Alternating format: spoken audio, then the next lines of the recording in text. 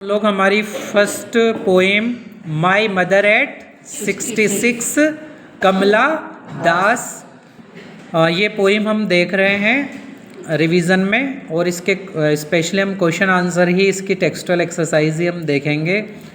तो my mother eight 66 में जो पोएटेस हैं वो अपनी बूढ़ी माँ के बारे में यहाँ पर डिस्क्रिप्शन देती हैं कि भाई उनकी माँ कैसी उनको अब दिखाई देती है। Is that clear? तो वो बहुत ज़्यादा वीक हो गई हैं, बहुत ज़्यादा कमज़ोर हो गई हैं, इस तरीके से वो यहाँ पर डिस्क्राइब करती हैं। उनका चेहरा पीला पड़ चुका है और वो उनका कंपैरिजन भी करती है दूसरी चीज़ों से। Is that clear? तो एवरीथिंग हम यहाँ पर इस पोइम में टेक्सटुअल एक्सरसाइज के साथ हम देख लेंगे। First question, what is the kind of pain and ache that the poet feels? तो पेन एंड एक का मतलब क्या उनको दुख और दर्द है, कवि को किस प्रकार का दुख और दर्द उन्हें महसूस यहाँ पर होता है। तो देखो हम लोगों को pain of her mother's old age, this is the answer only. Clear? तो the poet feels the familiar ache and pain of her mother's old age. पूरा क्वेश्चन में से ही है, बस यहाँ से अपन को of her mother's old age मतलब उनकी माँ बूढ़ी हो चुकी है, बस वही उनको दुख और दर्द है। Is that clear? तो हमको वेरी सिंपली इसका आंसर याद रख लेना है कि of her mother old age है ना, हर मदर्स ओल्ड एज, उनकी माँ मदर जो है उनकी बहुत ज़्यादा एज हो चुकी है, ये उनको दुख है। ठीक है, वो कभी भी अब उनको खो सकती है। Why are the young trees described as sprinting? Young trees को यहाँ पर स्प्रिंटिंग करते हुए क्यों वर्णन किया गया? स्प्रिंटिंग मतलब घूमते हुए। तो यहाँ पर ऐसा एग्जाम्पल क्यों रखा पोइट ने कि यंग ट्री जो हैं वो क्या कर रहे हैं? घूम रहे हैं। तो यहाँ पर वो अपनी मदर को जब देखती है तो उसकी मदर तो बहुत कमज़ोर दिखाई देती है, और जब पेड़ों को देखती है तो वो तो घूम रहे हैं। तो उसको उन दोनों में अपोजिट रिलेशन लगता है, मतलब उल्टा संबंध। कैसा? कि उनकी माँ तो बहुत कमज़ोर है लेकिन पेड़ घूम रहे हैं। Is that clear?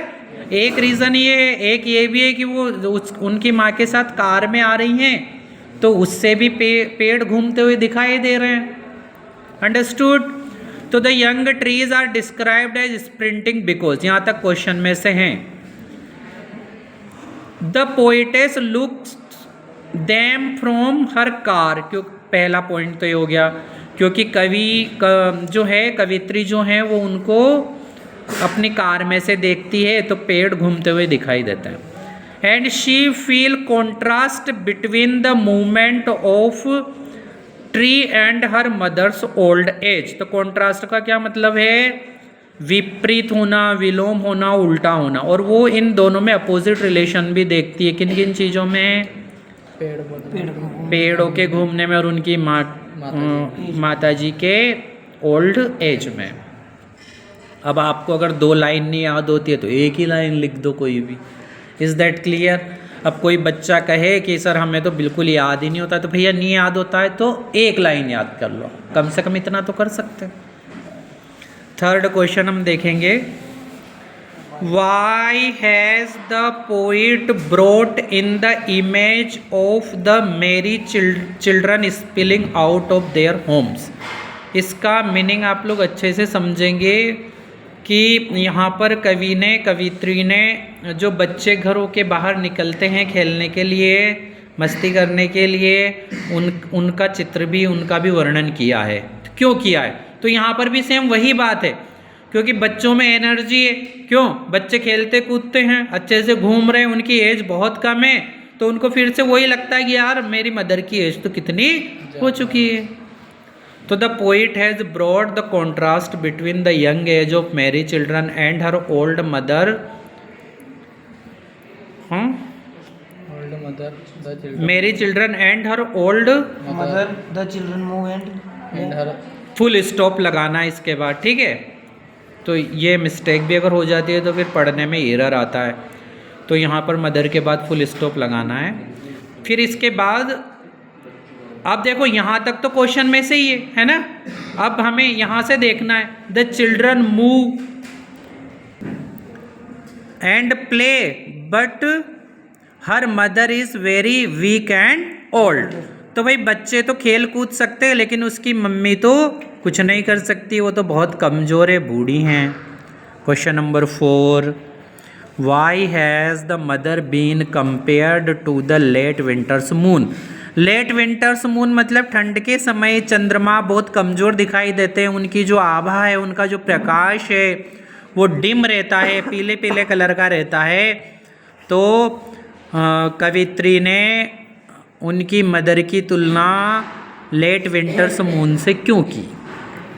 तो समझ में आ गया होगा अब आप लोगों को भी, क्योंकि उनकी मम्मी बहुत कमज़ोर हैं, बहुत बूढ़ी है। तो देखो मैक्सिमम आंसर में क्या आ रहा है, her mother is very old, her mother's age is है ना। तो बस उनकी एज के बारे में ही हमें लगभग सभी आंसर में लिखना है। तो अब अगर अपन को एक सेंटेंस याद हो गया कि बिकॉज कि her mother is very old and weak, तो लगभग हम इसको कहीं पर भी लिख सकते हैं। तो यहाँ पर भी वही बात आ रही है, the mother has been compared to the late winter's moon because they both are dim and dull, क्योंकि दोनों ही डिम हैं, डल हैं। डल मतलब जिनमें उत्साह न हो, है ना, रोशनी न हो। Last question 5th, what do the parting words of the poet and her smile signify. Parting words का मतलब क्या होता है कि जब पोइटेस जा रही थी तो जाते जाते उन्होंने क्या कहा और उन्होंने स्माइल दी थी, उसका क्या महत्व है, क्या इम्पोर्टेंस है। Is that clear? तो दे सिग्निफाई हर इंटरनल पेन। तो भाई उसका मतलब देखो बस इतना भी लिख देंगे तो काम हो जाएगा हमारा इंटरनल पेन तक। तो इससे उनके अंदरूनी दुख का पता चलता है, which she doesn't want to expose before her mother, जिसे कि वो अपनी मम्मी के सामने दर्शाना नहीं चाहती हैं। ठीक है, इसलिए वो जो उनके जो लास्ट वर्ड हैं, गुड बाय जो भी वो बोलते हैं, वो शब्द हमें ये चीज़ बताते हैं कि मम्मी मैं फिर से जल्दी मिलूँगी, जबकि उनको पता ही क्या पता मिले कि नहीं। अब डियर चिल्ड्रन, अगर हमें इसका समरी आ जाए, सेंट्रल आइडिया आ जाए, तो आप इन्हीं क्वेश्चन के आंसर्स की मदद से आप इसको 3 मार्क्स का आंसर भी बना सकते हैं। Is that clear? तो ये हमारी पोइम फर्स्ट बहुत अच्छे से हमने कंप्लीट कर ली है। एक बार आप रीड करके देखेंगे क्वेश्चन एंड आंसर्स और लर्न करेंगे।